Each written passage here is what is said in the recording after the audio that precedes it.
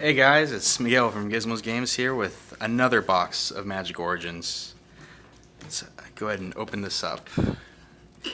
In our last box, we pulled a foil Liliana Heretical Healer, so let's see if we can pull amazing like last time. Here we have our insert with some of the Origins products. Just go ahead and toss that to the side and get the packs out.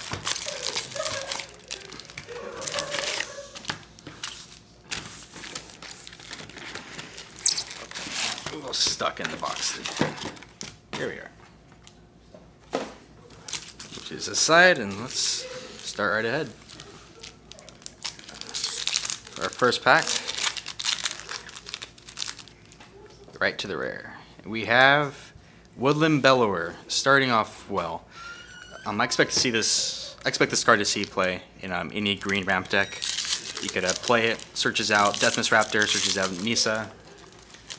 Or not Nissa, non-legendary. Yeah, so it still grabs Deathmas Raptor, Corsair Crewfix, all that fun stuff. Second pack we have Dark Petition, and a card I also expect to see play. It pretty much reads 5 mana, search for Hero's Downfall, and cast it.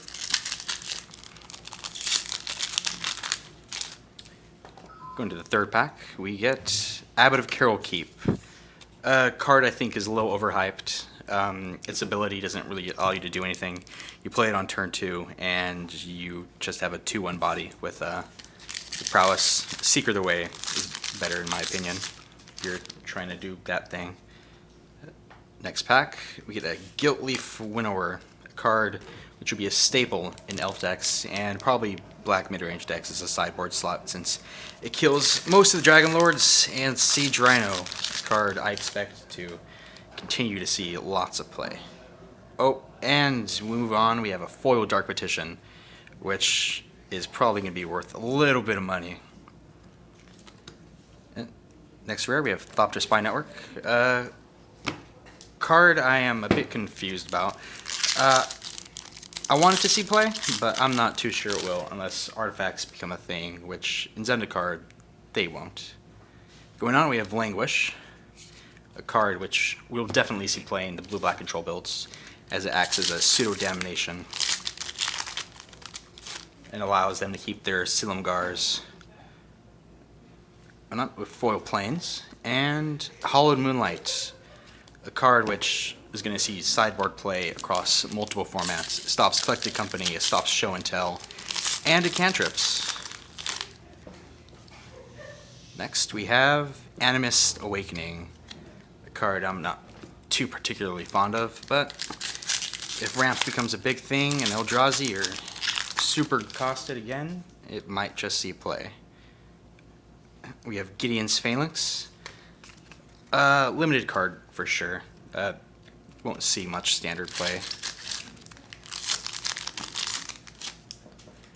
Moving on, we get a foil Blazing Hellhound, which just gorgeous art, similar to Ravnica block arts. And we have Alhammer's Archive, our second mythic of the box. EDH, crazy good in EDH, but I doubt it'll see any standard play. Going on, we get another second foil rare, Hangerback Walker. I've heard talk of playing this in Affinity, but I really don't think it's going to see much play.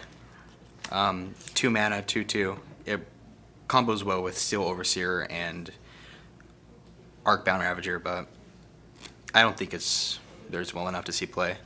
And then we have a Sword of the Animist, a card which is also a little hyped, but I'll be surprised if it actually does see any play. Flame Shadow Conjuring finishes the first stack of packs. Overall, it's not a bad box so far. 2 mythics, it's not bad. Foiled Dark Petition is pretty good. We get a Caves of Koilos. Painlands are always fun and needed in the standard with fetch lands.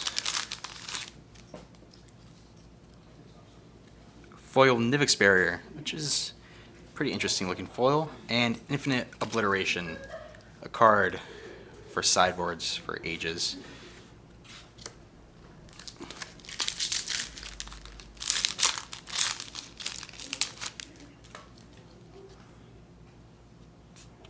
Oop.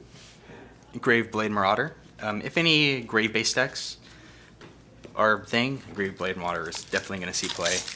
Calming of the Gods is still a thing. Satyr Wayfinder. Night Howler will be played with it, definitely, if it's a thing, but we'll find out. Oh, we have a Jace. One of the better flip planeswalkers, I think. Have it turn 2, which is loot. And it's a pseudo Snapcaster for its -3. And its +1 does protect itself in a little way. You can also bring it back with Ojutai's command, as well as drawing a card at instant speed, which is definitely a great thing. Next we have an Evolutionary Leap. A strictly worse Survival of the Fittest. I still expect it to see play, though, because it does replace your cards, and card advantage in hand is still a big thing. We have a non-foil Hanger Backwalker.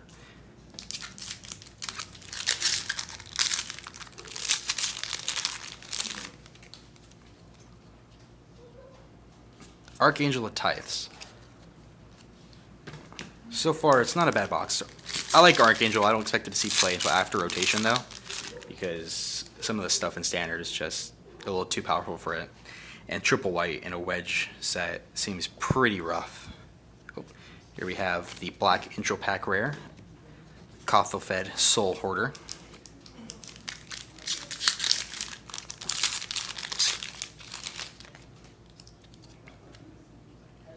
Alhammer Tarbiter, the blue Intro Pack Rare.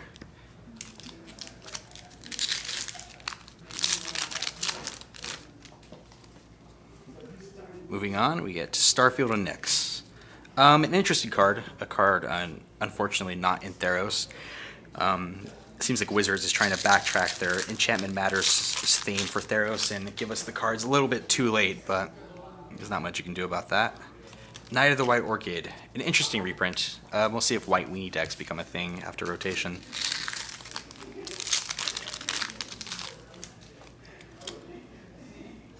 Shivan Reef, arguably the best Panland.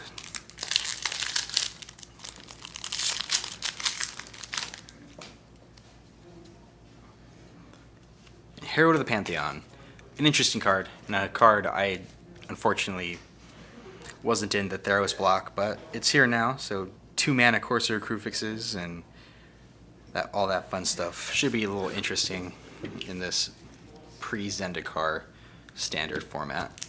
Going to the final stack in the box. We get a third foil rare, Exquisite Firecraft. After Stoke the Flame cycles out, I expect this card to see lots of play. It's red removal, and it's 4 damage to the face to a player as well. And it can't be countered, which is one of the most important parts about that card with its spell mastery.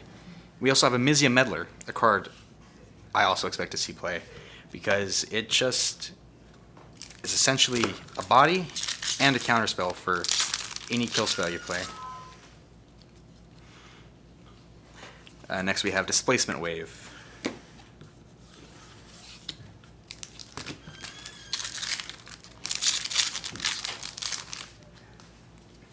Lots of foil rares in this box. Really unexpected.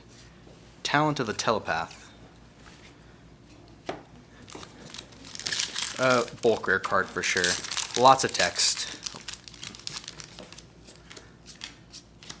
Next we have Chandra's Ignition.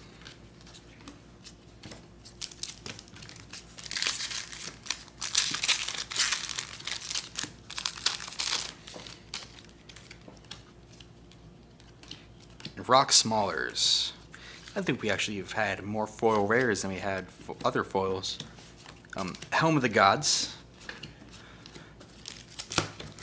Another Enchantments Matter card, which Theros is, or Wizards is trying to give us... Oh, and a Liliana Reticle Healer. This box is actually pretty good. Jace, a few foil rares, playable foil rares at that, and Liliana. I like Liliana. I don't think she's as good as Jace. She might see play. You could bring her to Collected Company. The Legends rule flips her pretty easily, and she gets a zombie to protect herself when she does flip. But we'll see if she sees play.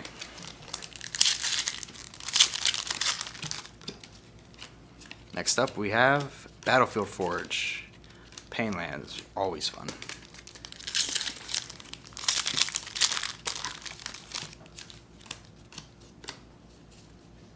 Sphinx's Tutelage.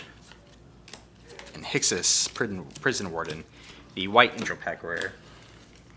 And probably the most constructed playable out of the intro pack rares. As a 4/4, it's not too bad, but exiling everything in white while maintaining a body is pretty decent. Next we have Sigil of the Empty Thrones, a reprint from the Shards of Alara block, I believe. There's a couple packs left, and we have a Mage Ring Responder, a 7-drop, a limited first pick, definitely 7 mana, 7/7.